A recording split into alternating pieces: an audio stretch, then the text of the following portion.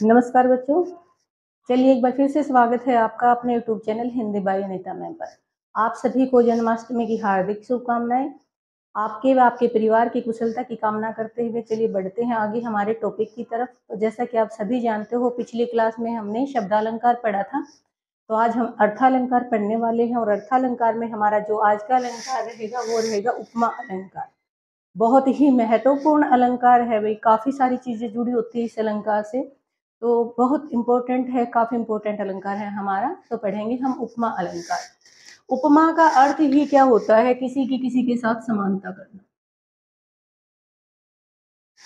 समानता करना, जैसे हम कहते हैं वल्लभ भाई पटेल को लौह पुरुष कहा जाता है, लौह पुरुष की उपमा दी गई। भाई सबसे पहली बात, मैंने एक दिन ये पॉइंट है ना आप लोगों के साथ, हमने समास पढ़ा था, कर्मधारय समास, वहां भी डिस्कस किए थे। और आज फिर से एक बार वही बात मैं रिपीट कर रही हूँ। जब भी बात उपमा की होती है भाई, वहां पर कभी तुलना नहीं होती। तुलना हो गई तो उपमा कहाँ हुई? उपमा का मतलब होता है समानता, किसी चीज के बराबर मानना, किसी को उसकी उपमा दे देना। और तुलना में तो आप मानते ही नहीं हो, जो तुलना होती है उसमें हम उसके जैसा नहीं मानते, बल्कि उस चीज से अलग मानते हैं। परंतु जब उपमा की बात करते हैं तो वैसा का वैसा मानते हैं। जैसे हमने कहा वल्लभ भाई पटेल को लौह पुरुष कहा जाता है, तो कहने का मतलब लोहे के समान मजबूत।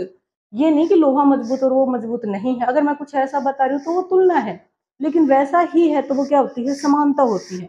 तो जब भी बात उपमा की होती है वहां हमेशा क्या आती है? समानता आती है। और यहाँ पर बच्चे बहुत ज्यादा, बच्चे क्या करें भाई, हमारी जो किताब है ना उनमें भी यही, कभी उपमा कभी समानता, कभी उपमा कभी समानता। मुझे हमेशा इस चीज को लेकर बड़ा तकलीफ सी रहती है कि बच्चे जब भी उपमा की बात आती है तो समानता और तुलना बोलते रहते हैं। परंतु आपको पता हो कि क्या होती है? समानता होती है। तो हम बात करेंगे समानता की। अब समानता करो चाहे आप तुलना करो, लेकिन उसके लिए कम से कम दो चीजें या तीन चीजें होना जरूरी है।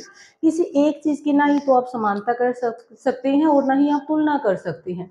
तो यहाँ पर भी हमारी जो परिभाषा रहने वाली है उपमा अलंकार की, वो क्या रहेगी कि इस अलंकार में उपमेय की उपमान के साथ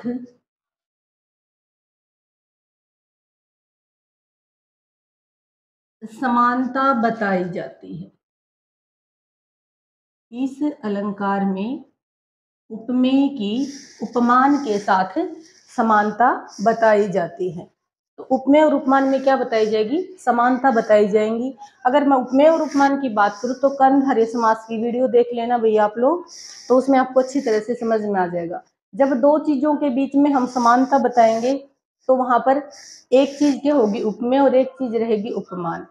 हमने जब दो चीजों के बीच में समानता बताई तो वहां पर, जैसे मैंने कहा ए ए बी जैसा है, जैसे मैंने कहा ए बी जैसा है, तो कहने का मतलब मेरा क्या है? ए एक्स वाई जेड कुछ भी मान लो, कभी सोचो ए और बी वाई, जैसे किसी का नाम हमने लिख दिया कि वो उसके जैसा है, तो मैं यहाँ आपको इसके बारे में बता रही, इसके बारे में नहीं बता रही। ये है इसके जैसा, तो यहाँ इसके बारे में नहीं बल्कि इसके बारे में। तो ये होगा हमारा, क्या होगा? उपमेय होगा। और ये हमारा क्या कहलाएगा? उपमान। बाकी फिर भी मैं कर्मधारय समास के वीडियो का जो लिंक है वो डिस्क्रिप्शन बॉक्स में डाल दूंगी, वहां पर आप एक बार अच्छी तरह से उपमेय और उपमान को जरूर समझना। तो ये, तो जिसकी हम समानता करते हैं वो क्या होता है? उपमेय, और जिसके साथ समानता करते हैं वो क्या कहलाता है? उपमान कहलाता है। दूसरी जो बात है वो क्या रहने वाली है? वो ये रहेगी कि इस अलंकार की कुछ पहचान भी होती है। क्या पहचान होती है? इसमें आपको सी, सा, सम, सरिस, तुल्य आदि, इस तरह के शब्द मिलेंगे भाई। इस अलंकार की जो एक पहचान है, इसमें क्या है कि इसमें सी, सा, सम, सरिस, तुल्य आदि, इस प्रकार के क्या मिलेंगे? आपको शब्द मिलेंगे। तो हमने क्या पढ़ा? इसकी परिभाषा पढ़ी है और इसकी पहचान पढ़ी है। उपमा अलंकार की परिभाषा, उपमेय के उपमान के साथ समानता बताई जाती है। सी, सा, सम, सरिस, तुल्य जैसे शब्द इसके अंदर पाए जाते हैं। उसके बाद यहाँ पर एक क्वेश्चन और बनने वाला है हमारा कि उपमा अलंकार के कितने अंग होते हैं? उपमा अलंकार के कितने अंग होते हैं? तो उपमा अलंकार के भी 4 अंग होते हैं। अंग कितने होंगे? 4 अंग होंगे। 4 अंग कौन कौन से होंगे? तो 4 अंग होंगे भाई हमारे। एक रहेगा आपका उपमेय, दूसरा आपका रहेगा उपमान, तीसरा आपका रहेगा साधारण धर्म या सामान्य गुण। सामान्य गुण कुछ भी बोल दो, कभी गुण पूछ लिया जाता है, कभी धर्म के नाम से पूछा जाता है, एक ही बात होती है। और चौथा जो हम लिखेंगे वो लिखेंगे भी वाचक शब्द। वाचक शब्द। तो यहाँ से प्रश्न बनेगा आपका कि उपमा अलंकार के कितने अंग होते हैं? 4। पेपर में आपको कोई 3 दे दिए जाएंगे, एक नहीं दिया जाएगा, तो पूछा जाएगा कौन सा उपमा अलंकार का अंग नहीं है, या फिर 4 में से 3 कुछ और चीजें दे दी जाएंगी, एक इनमें से लिख दिया जाएगा कि निम्नलिखित में से कौन सा उपमा अलंकार का अंग है। तो यहाँ पर हमारे कितने अंग होते हैं? 4 अंग होते हैं। अब उपमेय क्या होता है? ये अभी अभी मैंने बताया था, जिसकी समानता की जाती है। उपमेय होता है हमारा जिसकी समानता बताई जाती है। जिसकी समानता बताई जाए वो क्या होता है? उपमा होता है भाई, सॉरी उपमेय होता है। उपमान कौन होता है? जिसके साथ समानता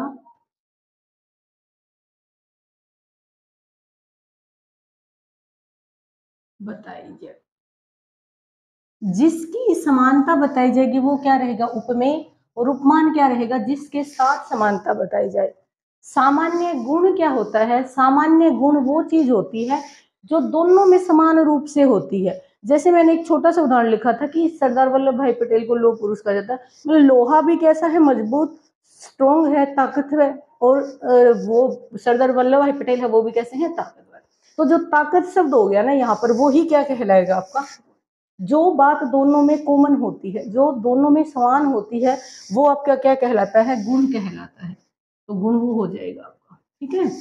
और वाचक शब्द, जो पहचान के शब्द मैंने अभी भी आपको बताए थे, सी, सा, सम, सरिस, तुल्य, अभी अभी यहाँ मैंने लिखे थे, जो आपके हैं सी, सा, सम,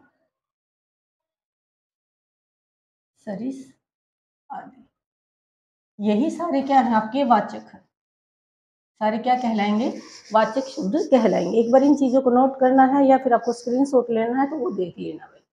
तो उपमेय जिसकी समानता बताई जाती है, उपमान जिसके साथ समानता बताई जाती है, साधारण धर्म या सामान्य गुण जो होता है, जो दोनों चीजों में समान रूप से पाया जाता है, वो होता है। और वाचक शब्द जो हमारे पहचान के शब्द हैं वो होते हैं, ठीक है।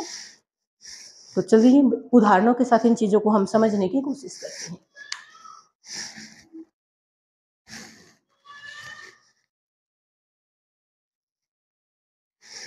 जैसे मैंने लिखा, मेरे ख्याल से मैंने क्या, हर बच्चे ने एक उदाहरण पढ़ रखा है। उदाहरण पढ़ा है, पीपर पात सरिस मन डोला। पीपर पात सरिस मन डोला, शायद हर बच्चे ने सुन रखा होगा ये वाला उदाहरण।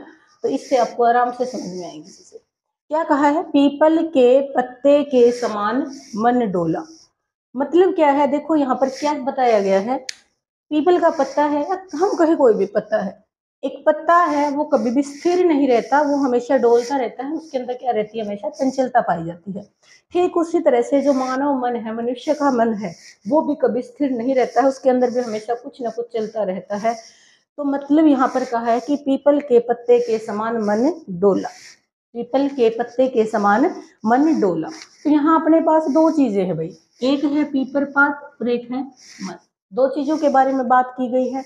इन दोनों में एक उपमेय है और एक उपमान है। अब कैसे पता चलेगा हमें कौन सा उपमेय और कौन सा उपमान? क्या काम हुआ है भाई? काम हुआ है डोलने का। डोला, कौन डोला? तो मन डोला। जो कौन है ना आपका, जब भी आप जवाब चाहते हो तो कौन बोल दो, वही आपका क्या है? उपमेय है। कौन डोला? मन डोला। तो मन हमारा क्या है? उपमेय है। किसके समान डोला? किसके समान। जो ये आपका उत्तर है यही आपका क्या है, उपमान है, उपमान है। मन डोला, किसके समान डोला, पीपल के पत्ते के समान। जो पीपर पात है आपका, ये आपका क्या कहलाएगा भाई, उपमान। दोनों क्या काम करते हैं, दोनों डोलने का, चंचलता का काम करते हैं। जो डोला शब्द है ये क्या है आपका, गुण है।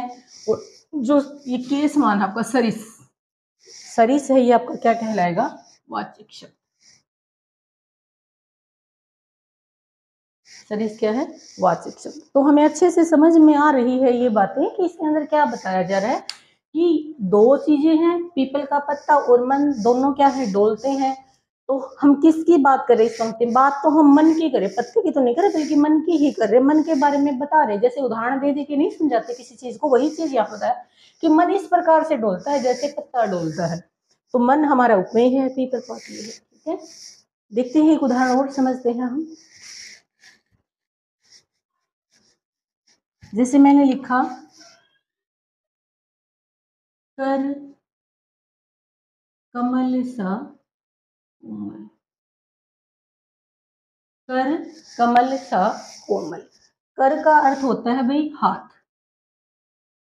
कर किसे कहते हैं, हाथ। हाथ कमल के समान कोमल है, हाथ कमल के समान कोमल है।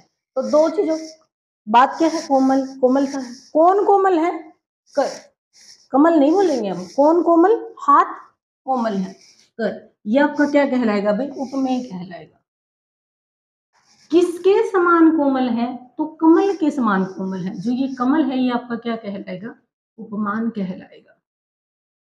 कमल में और हाथ में क्या समानता है, दोनों ही क्या है, कोमल। जो ये समानता है आपकी एक तरह से, ये क्या है आपका धर्म है,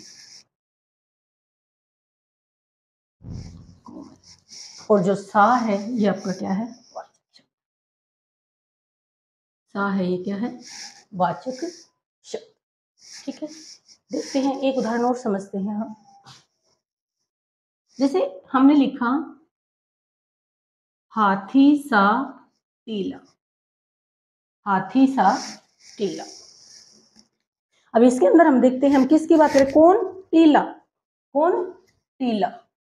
तो टीला क्या है आपका, उपमेय है भाई। जो टीला है ये क्या कहलाएगा, यहाँ पे उपमेय कहलाएगा। किसके समान, हाथी के समान। जो हाथी है ये क्या कहलाएगा, उपमान कहलाएगा। ठीक है, कैसा है, दोनों में क्या है, हाथी के समान टीला कैसा। देखो अगर मैं लिख देती हूँ, हाथी सा ऊंचा टीला, हाथी सा ऊंचा टीला। अब तो हमें पता चल गया हाथी भी ऊंचा है और टीला भी ऊंचा है, लेकिन ये चीज दे ही नहीं रखी है। सा दे रखा है, सा क्या है, अपना वाचक शब्द है, सा। सा क्या है, हमारा वाचक शब्द है। तो मतलब क्या है, इस उदाहरण में आपको गुण नहीं दे रखा, आपके सामने गुण नहीं दिया गया है, सिर्फ तीन चीजें दी गई। उपमा अलंकार के अंग कितने होते हैं, चार, चीज कितनी दे रखी, तीन। अगर हम यहाँ पे ऊंचा लिख देंगे तो चारों की चारों चीजें हो जाएंगी, लेकिन अब नहीं दे रखी है तो तीन चीजें हैं। तो बच्चों ध्यान रखेंगे आप लोग, जो आपका उपमा अलंकार होता है वो दो प्रकार का होता है। एक रहेगा पूर्ण उपमा और दूसरा रहेगा आपका लुप्तोपमा। पूर्ण उपमा और लुप्त उपमा। पूर्ण उपमा जिसमें पूरी उपमा, पूर्ण उपमा का मतलब जहां पर चारों की चारों चीजें दे रखी हैं। जब चारों की चारों चीजें दे रखी हैं तो कौन सा अलंकार है, पूर्ण उपमा। अगर किसी भी एक चीज का लोप हो जाता है तो वो आपका कौन सा रहेगा, लुप्तोपमा। अगर कोई भी एक चीज हटा दी जाती है तो क्या कहलाएगा, लुप्तोपमा। तो यहाँ पर आपको पता है आपके सामने चारों चीजें थी, जैसे आपका उपमेय था, आपका उपमान था, आपका गुण था, आपका ये था। यहाँ भी चारों की चारों चीजें, ये दोनों उदाहरण है, ये किसके हैं, पूर्ण उपमा के हैं। किसके हैं, पूर्ण उपमा के।